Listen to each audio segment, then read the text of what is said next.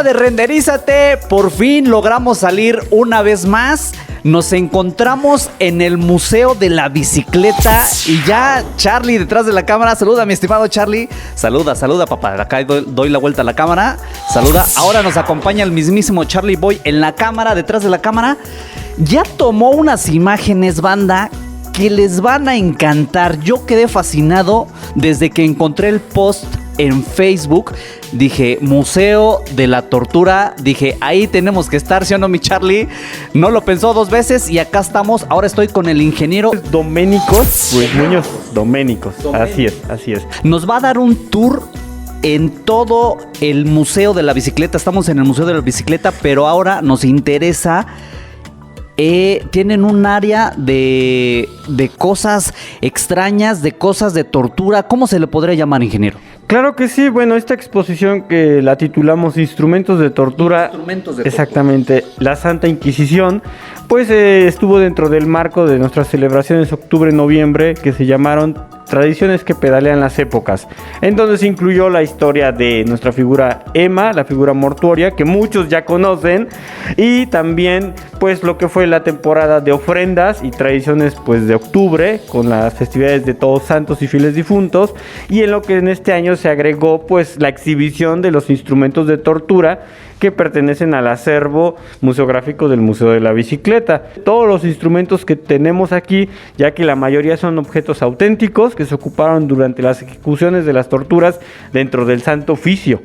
Esto es Renderízate, suscríbanse y acompáñenme en este nuevo video. Banda, iniciamos nuestro recorrido aquí en el Museo de la Bicicleta, ahora en la exhibición de instrumentos de tortura, pero el ingeniero aquí nos va a hacer una pausa. Charlie está tomando unas imágenes impresionantes que el ingeniero Doménicos nos va a relatar. ¿De qué se trata, ingeniero? Claro que sí, lo que están viendo aquí es la figura mortuoria de la niña Emma. Muchos ya han escuchado de esta historia y la han visto y han tenido la oportunidad de venir a visitarla. Ella está en exhibición permanente, o sea, en cualquier fecha del año pueden venir. Perfecto. Y dentro del recorrido general del museo se les habla sobre esta figura mortuoria de la niña Emma. ¿Quién fue Emma? Emma fue una niña mexicana que murió en el año de 1897. ¿Mexicana? Es mexicana, así es. De una familia obviamente pues portentada, que tenía la accesibilidad y sobre todo el conocimiento de esta costumbre victoriana que se practicaba en Inglaterra, Francia y Alemania. Y pues, ¿en qué consistían las figuras mortuorias? Las figuras mortuorias eran representaciones que tomaban el lugar de las personas fallecidas dentro del seno familiar. Propiamente niñas o niños no mayores de 7 años de edad. Era una práctica conocida, mas no era común, puesto que no era algo accesible, digamos. En su época era muy caro hacer estas figuras mortuorias debido a todo el proceso que tienen alrededor. ¿Cómo es ese proceso, ingeniero? Claro que sí. Cuando el niño o la niña fallecía, hablando de Emma propiamente, quien murió a la edad de 3 años de edad a causa de muerte de cuna, sus familiares decidieron mandar a hacer hasta Alemania, que era uno de los lugares cumbre donde se hacían estas figuras. Wow, sí tenían varo, Charlie, sí tenían varo. O sea, imagínate en esa época y mandar a hacer a Alemania. Y el conocimiento sobre todo, exacto, ¿no? Entonces lo que ocurrió aquí es que las fábricas, las casas escultoras de estas figuras mortuorias exigían que se enviara la ropa de bautizo y objetos muy cercanos a la persona fallecida. En este caso el belice, la ropita y el manto pues fueron las cosas que ocuparon para el bautizo de Emma cuando pues, llegó su momento, ¿no? La muñequita que se veía en el regazo, la que tiene el moño para que la identifiquen, era la muñeca favorita de Emma y era la que estaba abrazando en el momento de su muerte. La tenía en sus brazos cuando falleció la niña, mientras dormía. También se requería que las personas mandaran partes humanas del niño fallecido. En el caso de Emma, enviaron los dientes que se pueden ver en su boquita. Ahí, a ver, acércate, Charlie, acércate. Tengo que ver eso, mi estimado Charlie. Ahí creo que se puede ver. Ahí un poco. Aguas, Charlie, no te vayas a drogar. Ahí están, ahí quedarán. Ok, Esos son sus dientes, ingeniero. Son dos dientes que se le extrajeron a Emma post-mortem. Sí. Y el cabello también se cortó de uno de sus mechones de cabello, obviamente, para confeccionar la cabellera de Emma.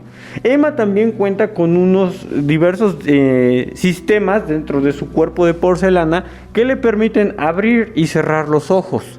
Y también llorar y mover la lengua. ¿Es verdad, ingeniero, o nos está...? No, Oye, o nos está...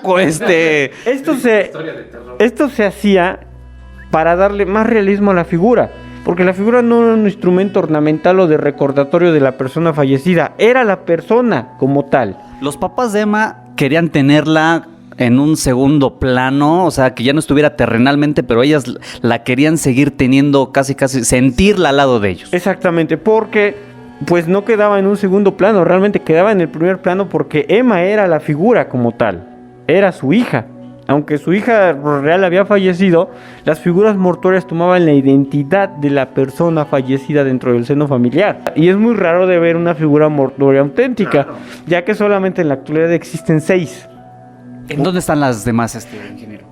La Emma está aquí en México, obviamente, en el Museo Warren, donde está la niña Annabelle, bueno, la muñeca Annabelle. Ahí tienen otra figura de un niño llamado Justin, y las otras 4 están en colecciones privadas en donde no se tienen mayores datos, dado que no se están exhibiendo al público. Ingeniero, acá vemos otra foto mortem. Ajá, Memento Mori, ¿no? La foto que está abajo de una familia mexicana. En donde pues el niño, la niñita que está de pie es la persona que está muerta en el cuadro familiar, ¿no? Entonces, bueno... ¿En qué año estamos hablando que era muy común hacer esta práctica, ingeniero? Este proceso de las fotografías mortuorias a partir de 1875 hasta 1899. Para esa época se les hacía normal hacer ese tipo de fotografías o era una sugerencia del fotógrafo, oye, antes de que dé Santa Sepultura, sí, no, Santa Sepultura, ¿sabes qué? Te vendo, o tenemos algún dato certero de ese proceso, ingeniero?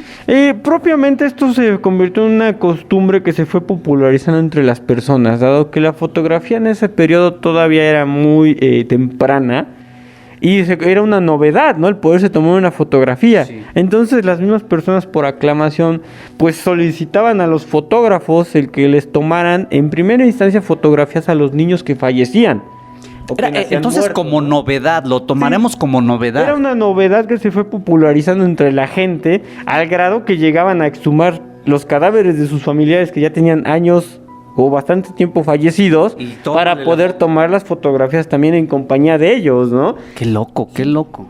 Entonces, pues como los fotógrafos vieron ahí una mecha de comercio, empezaron a idear estudios específicamente diseñados para poder tomar fotografía a las gentes muertas, a las personas muertas. ¿Qué quiero decir con esto? Complicados sistemas de aparejos y soportes para que las personas permanecieran de pie, inmóviles y pareciera que estuvieran vivas. Que estuvieran vivas, efectivamente. Los rusos tenían la costumbre de cerrarle los ojos a las personas y sobre los párpados pintar los ojos para simular que los tenían abiertos.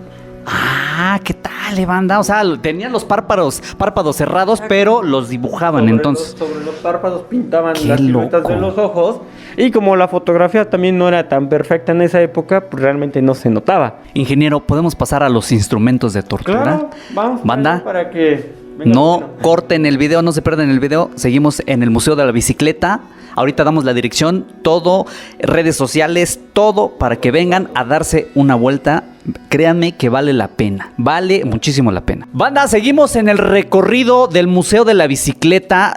¿Nos puede dar dirección rápido, ingeniero? Claro que sí. El Museo de la Bicicleta se encuentra al norte de la ciudad de Puebla, en la Junta Auxiliar de San Pablo Xochimehuacán. Nosotros llegamos en, ¿qué, Charlie? 18 minutos. De donde nos ubicábamos nosotros, más o menos le decía yo la entrada de la autopista Puebla-México, 18 minutos, banda, aquí van a dar a este museo. Ahora sí, ¿qué podemos decir de la Inquisición, ingeniero? Época, ¿por qué se llevaban a cabo estas prácticas? Claro que sí. Bueno, la Santa Inquisición apareció en Francia, es de origen francés, en el año de 1203, bajo concilio del rey y del papa de esa época. Esto con el objetivo de eliminar rivales religiosos que estaban postulando nuevas teorías y conceptos sobre el bien y el mal. Estas cosas contravenían a lo que se estaba profesando en la Biblia, y no es porque lo estuvieran profesando de manera correcta, sino que como desafortunadamente la Biblia estaba en latín, nadie hablaba latín ni escribía latín, y la mayoría de la población no sabía ni leer su propio idioma. Entonces los arzobispos, los curas, todas estas personas, los frailes, reinterpretaban la Biblia a su conveniencia para poder hacer que la gente diera limosnas, extipendios e indulgencias plenarias, las cuales compraban para, según ellos, obtener la entrada al cielo de una manera más fácil, ¿no? O sea, era un negocio, ¿no? Sí, el claro. profesar la palabra. Sigue siendo, ¿no? sigue siendo. Bueno, pero bueno, en esa época era más radical porque tenemos que tener en cuenta que afrontamos en ese momento la conversión de los paganos al cristianismo, ¿no? Lo que ellos llamaban paganos, pues eran las civilizaciones y las culturas madre de cada uno de los sectores en donde fue llegando la iglesia, ya que en esa época, pues los papas eran papas conquistadores. Eran papas guerreros que estaban conquistando terreno para reconvertir a esas personas, fuesen pues nórdicos, fuesen celtas, etcétera, ¿no? Y aquí en México, hablando de México, porque también llegó aquí la Santa Inquisición, principalmente en todo el periodo de la colonia, funcionó exactamente igual. Castigaban a los nuevos convertidos, porque el argumento era de 3 ejes: verdad, fe y devoción católica. Si esos 3 ejes no se cumplían, llegando a la pena de sí, pues desde la hipocresía, no, por no querer pagar, pues era uno castigado. Se hace siendo colocado en la rueda, que fue el instrumento más famoso y más representativo. Cuando hablan de la Santa Inquisición, todos señalamos a la rueda, ¿no? Porque era el más usual. La rueda era de origen romano, y en la época del Imperio Romano se ocupaba para ejecutar a ladrones, traidores y asesinos políticos. ¿En qué posición los ponían, ingeniero? Vamos a hacer una pequeña, bueno, no demostración total porque es bastante incómodo. Charlie, vas con la demostración. Dar una idea. A las personas, y lo pueden buscar en las ilustraciones de la rueda, se les amarraba de los tobillos, ambos, se flexionaban hacia atrás en una postura completamente antinatural, hasta que se dislocaban o se rompían los hombros y se amarraban las muñecas. Quedando en esa posición completamente descubiertos, el torturador podía disponer de diversos instrumentos como el desollador, la pica. Ah, la pica, se llama pica. La pica. ¿Esto qué? ¿Cómo les daban o en dónde les daban, ingeniero? Esto golpeaban en las partes blandas no vitales del cuerpo. Los muslos, los brazos, ¿no? En el vientre, en el pecho, raspaban, ¿no? En el pecho. Y siempre que terminaba la tortura les arrojaban sal en las heridas. Claro, ¿no? Claro, para... Aquí vamos a aclarar... Un plus, ¿no? Claro. Un plus. Aquí vamos a aclarar un punto. El Santo Oficio generaba tormento, dolor y sufrimiento, pero no podía provocar la muerte de las personas durante el proceso de tortura. Solamente era sufrimiento. Exactamente. ¿Por qué? Porque el objetivo de la tortura era obtener una confesión. ¿Una confesión de qué? ¿Quién sabe? Yo tenía la idea de que llegaban a la muerte, No, o sea, de que no. los torturaban. Hasta que los mataban. Sí, No. tanto tiempo. No, que no, no. llegaban a la muerte. No, este concepto medieval solamente se ocupaba en primera instancia por los romanos, que eran los que hacían las ejecuciones en su momento al grado de la muerte, porque eran castigos capitales, no era tortura de confesión. La Santa Inquisición aplicaba tortura de confesión, ¿no? Aquí, ingeniero, veo una como palanca, ¿Qué observamos acá? Esta de aquí es la barra. Esta se aplicaba para castigo de pena capital, para matar. Ok. Y generalmente a las personas se les colocaba en una cruz o en un poste, acostados boca al cielo, para destrozarles los miembros del cuerpo uno a uno, a golpes. Empezando desde las muñecas y terminando en los hombros, y empezando en la cadera y terminando en los tobillos. Puro golpe. A golpes, exactamente. Esta era una pena capital. Pesa, ¿verdad? Sí, ¿No? sí. Ay, ¿cómo? Sí pesa. Sí pesa, mi Charlie. ¿No? Entonces el verdugo se encargaba de golpear a la persona en partes no vitales para extender el tiempo del sufrimiento. Al final les rompían el cuello, pero obviamente esto se hacía solamente durante las faenas o juicios públicos por parte del Santo Oficio o la Corona Real. Un instrumento el más clásico también era la dama de hierro, que generalmente se colocaba a mujeres acusadas de brujería y de blasfemia, ¿no? Generalmente esto ocurría cuando las mujeres eran muy bellas y se les acusaba de que habían cometido un pacto con el diablo, ¿no? De que eran, brujas, ¿no? Sí, exactamente, de que eran brujas, ¿no? ¿En qué consistía la tortura de la dama de hierro? El cine y la ficción histórica ha exagerado que las damas de hierro pues eran sarcófagos que mataban a las personas, pero en realidad no. La dama de hierro por dentro tiene suficiente espacio para que tú, yo, cualquiera entre cómodamente. Pero aquí viene el truco. Exacto, sí, Toda está revestida por puntas o dagas que dejaban muy poco espacio de movilidad a las personas. Y la tortura consistía en que permanecían ahí durante meses. Entonces consistía esta belleza de dama en que la persona iba a estar aquí durante semanas, de pie, día y noche. ¿Quién iba a soportar la tortura de estar aquí inmóvil, teniendo que hacer sus deposiciones y sus necesidades dentro de ella? Moverte. Exactamente. O sea, como que descansar el cuerpo, pues ya te clavabas algo. Exactamente, ¿no? Y en esa época lastimarse con un pequeño rasguño se podía provocar una gangrena mortal, ¿no? ¿Cómo activaban los torturadores a las personas aquí adentro? Si veían que la persona no se movía, le arrojaban agua hirviendo por arriba a la dama de hierro. Entonces pues, la persona iba a brincar y se iba a lacerar a sí misma con las puntas. Esto iba a provocar que esas heridas se infectaran y las ratas iban a empezar a meterse por las hendiduras de la dama de hierro, a morder a las personas. Y como la gente iba a entrar en pánico, esto se volvió un círculo vicioso.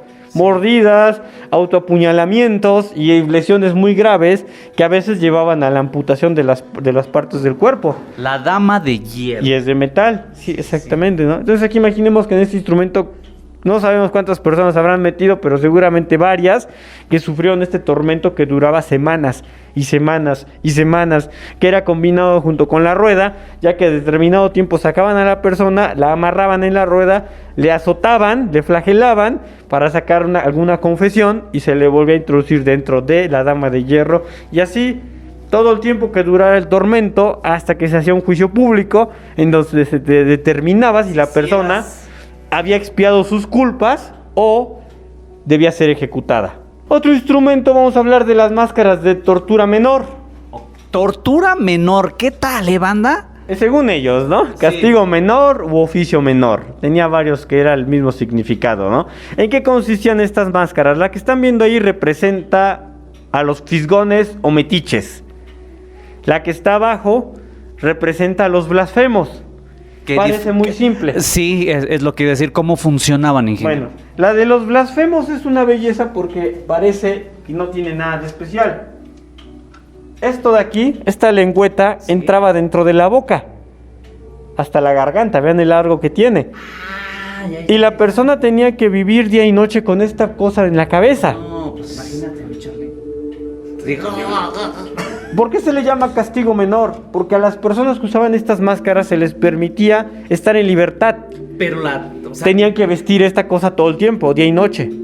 ¿Cuánto tiempo la traían, ingeniero? Indefinidamente, lo que decidiera el Santo Oficio, semanas, meses o años. Oye, la lengüeta, ¿viste la lengüeta? Ya nada más de imaginarme, güey, ya no sé. Sí, como para los blasfemos, ¿no? Según ellos. Y blasfemos podría ser gente pensante como nosotros, ¿no? Que tenía otra manera distinta de pensar a ellos. Ya éramos blasfemos. Con eso ya nos callaban, ¿no? Decían, ya nos cayeron gordos. Esta de aquí es la de los chismosos. Bien representada por una cornetota en la boca, ¿no? Los chismosos. Sí. Aquí abajo la de los mentirosos. Sí. Bien representada por una nariz de Pinocho, ¿no? Ideal para políticos, ¿no? Sería la ideal para ellos. ¿Cuál era el objetivo de esta máscara? El objetivo de estas máscaras, aquí abajo también está la de el pecado capital de la gula o la codicia, que se ocupaba principalmente en contra de los judíos que prestaban dinero. Entonces lo que ocurría con estas máscaras era simple. A la persona se le acusaba, digamos, de ser prestamista o de ser descuidada en sus hábitos alimenticios o higiénicos, ¿no? Se le colocaba la máscara en público después de haber sido azotados. Y la persona tenía la orden de que tenía que realizar sus actividades diarias usando la máscara. Y no se podían recluir en sus casas, tenían que estar en público. Esto con el propósito de que las personas que no tuvieran algún castigo, o sea, la demás sociedad, pudiese humillarles públicamente, golpearlos, lanzarles consignas, hacerles burlas. Ahí consistía el tormento, en la humillación pública. Una pregunta, no sé, hasta tonta, pero ¿llevaban algún candado o era otro? ¿Cómo cerraban estas máscaras? Llevaba un candado. Llevaba un candado en el arnés. Se utilizaban los candados. Exactamente, se llevaba un cerrojo, el cual se complementaba con una túnica que debían de portar todo el tiempo, no se la podían quitar y tenían que caminar descalzos, sin zapatos, en las calles como fuera. Entonces, pues la gente aprovechaba de ellos para hacer cualquier tipo de dejación sobre estas personas, ¿no? Aquí está la clásica, el hacha de decapitación o mutilación, ¿no? Sí. Esta, como podrán ver, fue bastante ocupada. Vean el estado del mango en el que está. Este desgaste fue provocado por las manos del torturador, del verdugo. Si el verdugo se descuidaba y la persona se arrancaba la lengua de una mordida por sí sola, al verdugo lo torturaban, flagelándolo y cortándole la lengua también. Y si la persona se moría durante la ejecución de las torturas, al verdugo también lo mataban, ya que lo que importaba, como dije otra vez, era la confesión. Estos eran instrumentos de pena capital, principalmente la pera. ¿En qué consistía la famosa pera? La pera se introducía en los genitales de los hombres o de las mujeres, propiamente pues el recto y la vagina. Se introducía, se empezaba a jalar la cuerda, la perilla, y observen lo que iba ocurriendo. Sí, se va abriendo. Vayan imaginando. Y son puntas. Exactamente. Esto era un expansor como tal. Cuando se aplicaba la pena capital, que era principalmente ocupada en contra de violadores y pedófilos, ahí estaba súper genial. Sí. Se quitaba la cuerda, el manillar, Sí. quedaba la cuerda hueca y el verdugo introducía una barra al rojo vivo que llegaba hasta el intestino. Esa barra se pegaba en los intestinos, ya que la giraban también para que se enredaran las tripas, y el verdugo jalaba, haciendo una eclosión. ¡Qué loco, mi Charlie! Sí. Esto se complementaba directamente con una fosa llena de perros hambrientos, en donde a la persona que le habían hecho esta tortura se le arrojaba viva todavía, para que los perros terminaran el trabajo. La pueden tocar, ya pasó muchos años de que... Sí, esperemos que sí, ya ¿no? No tiene nada, ¿no? Pero, qué macabro, qué macabro. Este es el rompenudillos. Este se ocupaba también para alguien que debería de ser ocupado en contra de los golpeadores de mujeres y de ladrones. ¿En qué consistía? Que se introducían los dedos así como se ven, los míos, y el verdugo giraba las cuerdas haciendo que aplastara. Es una prensa. Que aplastaba y mutilaba en contra de golpeadores y de ladrones. Rompenudillos. El rompenudillos. También se ocupaba en contra de los niños ladrones. O sea, sí se le aplicaban también a los niños. Exactamente. Lo que pasa es que en esas épocas se ocupaba a los niños para robar en las calles. Sí. ¿No? Entonces un niño, pues de distancia no sospechabas, y también eran muy ágiles y rápidos, se escabullían, ¿no? Pero cuando terminaban en manos del oficio o de la guardia real, metían sus piecitos aquí adentro uno por uno, hasta el empeine, y apretaban hasta fracturar al grado de casi mutilar. Este de aquí es un desollador. Este se ocupaba también como complemento en la rueda, ya que, como les decía, quedaba el pecho completamente expuesto, pues pelaban, ¿no? Sacaban los gajos. Como pelador, o sea, pelador como papas. Pelador, ¿no? Exactamente, nada más que esto es de carne, para carne humana. Qué Si lo loco. tocan, tengan cuidado porque tiene mucho filo, a pesar de tener más de 400 años de antigüedad. Tengan cuidado. Y esta oxidación que ven aquí es producto de la sangre, al igual que la oxidación que tenía la pera y la que tiene el rompenudillos. Por sangre. Esto es por sangre, sí. Esto yo lo puedo limpiar, lo puedo restaurar y al tiempo va a volver a aparecer. Porque la sangre no se quita. Generalmente se usaba también en contra de los condenados acusados de quiromancia o brujería. Se les arrancaba el cuero cabelludo con esto. El verdugo ponía a la persona de rodillas y en su cabeza hacía esto. Arrancaba. Pero de raíz hasta el cuero, o sea, quitaban todo, quedaba el cráneo completamente pelado. Y calentaban sal en agua hirviendo Mira, mi Charlie, Y aquí. les bañaban la cabeza con sal y agua hirviendo con esto, en las heridas abiertas. Entonces imaginen el ¿Cómo tormento se le que- llama esto? Esto es una olla de calor. ¿Tetera? Sí, es una especie de tetera macabra, ¿no? Porque le llaman la olla simplemente. La olla. Le llamaban la olla y la llenaban a veces de aceite hirviendo. Bueno, echaban aceite, hervía y se lo echaban A la encima a la herida. gente, a las A la heridas. herida. Exactamente. Esta es una auténtica cruz de inquisidor. Es una cruz del año 1493, es auténtica. Es una de las 12 cruces consagradas para la ejecución del Santo Oficio. Estas cruces solamente se ocupaban durante los juicios públicos, Ok. que era donde se realizaban las ejecuciones, fuese por hoguera, fuese por decapitación o fuese por ahorcamiento. ¿Cómo funcionaba esto? Simulemos que estuvimos durante semanas siendo torturados, hostigados y maltratados. ¿Qué esperaríamos en el último momento cuando se nos revela que vamos a ser condenados a muerte por cualquier tipo de ejecución? La esperanza, ¿no?